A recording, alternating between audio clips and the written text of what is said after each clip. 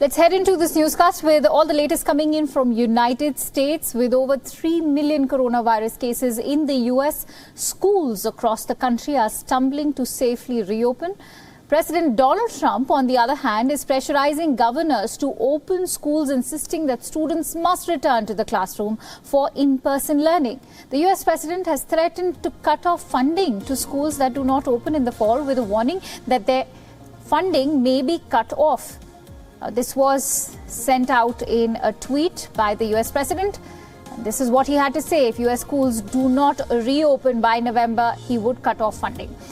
Taking aim at the US Centers for Disease Control and Prevention, Trump also criticized the CDC's recommendations for reopening schools as too expensive and impractical, following President Donald Trump in saying students must return to the classroom for in-person learning. Top federal health and education officials are now working on new guidance for reopening of schools in the fall. We're prepared to work with each school, each jurisdiction, to help them use the different strategies that we've proposed that help do this safely, so they come up with the optimal strategy for those schools. I think it's critical, and it would be personally very disappointing to me, and I know my agency, if we saw that individuals were using these guidelines as a rationale for not reopening our schools. Donald Trump has also accused Democrats of wanting to keep schools shut for political reasons. Meanwhile, New York Governor Andrew Cuomo has blasted President Donald Trump for pressurizing state officials to reopen schools this fall, saying the federal government doesn't have any authority over the matter because schools reopening is a state decision. States are chiefly responsible for primary and secondary education, but the federal government provides some supplementary funding. And now for more details, let's quickly go across to our correspondent, Danielle Robertson, who's joining me live from Los Angeles at this hour. Danielle, a very good morning to you. Let me begin by asking, can the decision to reopen schools in the middle of a pandemic be taken solely by the US president alone? Don't local and state school leaders and public health officials have a role to play? Yeah, so there is this controversy now on reopening schools amid this coronavirus pandemic. And of course, we have heard that Harvard and Massachusetts Institute of Technology are now suing President Trump, trying to prevent foreign students from being stripped of their visas. Now, this announcement about the visas being stripped from foreign students does throw more than 1 million international students on US visas into uncertainty. And the school year is set to begin in just weeks. The pandemic, of course, has thrown the education sector into the online world, and that shift now may mean that many international students might be kicked out of the country. This, of course, comes as university leaders have come out and schools have come out and said that the policy is reckless as well as cruel, and they are saying that this is a political stunt. There is a thought process that the White House is pushing for schools to reopen, and that this, reversal of foreign students to have their visas is another push, another pressure for schools to go ahead with reopening. Now, this, of course, comes as coronavirus cases are soaring in the United States, more than 3 million cases in the country. And today, in fact, we set a new daily record. Right. 60,000 cases were recorded in just one day. Right. Danielle, I'm going to speak about the new record as well. But, for now, focusing on the schools at a time when US public schools are already facing a financial crisis with states slashing education budgets, what does one make of the president threatening to slash federal funding? Also, does the power of the purse not rest with Congress? Yes, sorry, it was a little bit hard to hear the question, but I think you were asking about slashing of school funding, which that's President exactly Trump, what I'm asking. has said that he might slash. Yeah, so President Trump, as you mentioned, has threatened to take away school funding if they do not push ahead with reopening plans. Of course, most of the schools are funded by the state, but the federal government does provide some additional cost as well to help them run.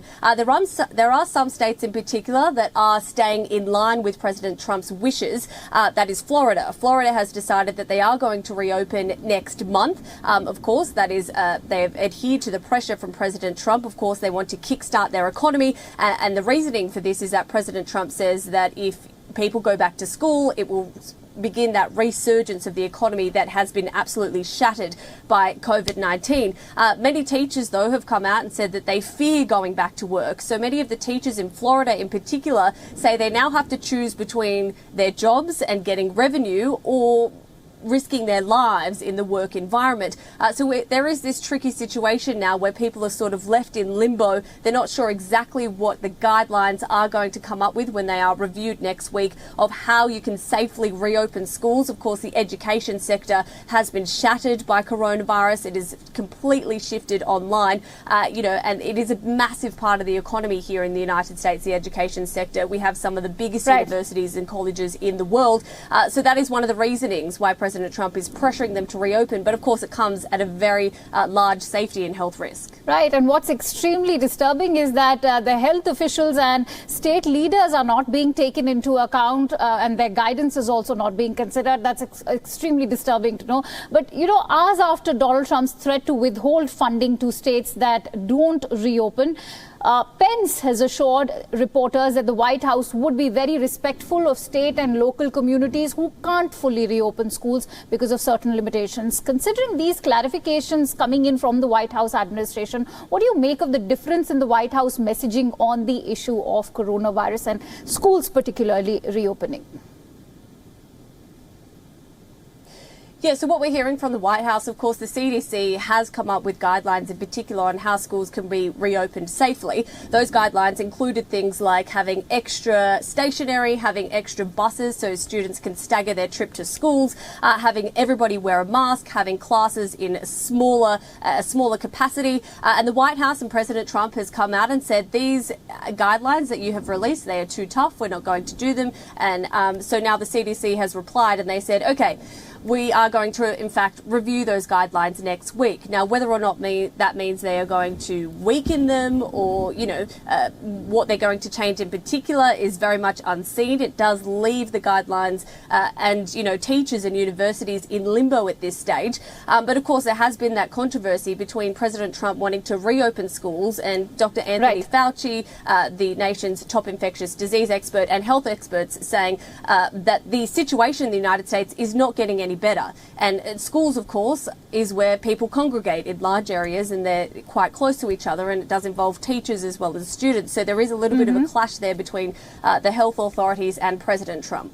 Absolutely. We'll have to wait and watch how the guidelines pan out there. Danielle, to end with, we were talking about the numbers. The US has topped the 3 million mark cases.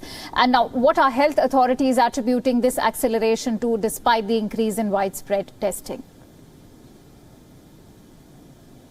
What they are attributing to the increase is they are saying that there is an increase in testing. So California in particular can now test 100,000 people every single day. So health officials are saying due to the fact that we can increase testing, that is a reason as to why there is an increase of cases. But of course, that isn't the only reason. Many states have started to reopen the economy, and health officials have always predicted that the reopening of the economy would lead to an increase in coronavirus cases. Now, here in California in particular, we were one of the first to shut down and one of the first to officially reopen. Once we did reopen, the California governor actually had to reverse reopening plans, saying, in fact, actually, no, movies now have to shut back down for a second time. So reopening restaurants and movie theatres and giving the green light for that did cause the increase in cases across the state. And of course, we had a long weekend. There are some states as well that have enforced a mandatory mask wearing order because health experts noticed that people in states that weren't wearing a mask, they were having a spike in cases. So now in California, but not everywhere, it is mandatory to wear a mask, but many other states have refused to put that order in place, meaning that many people can decide for themselves if they want to wear a mask in public or not.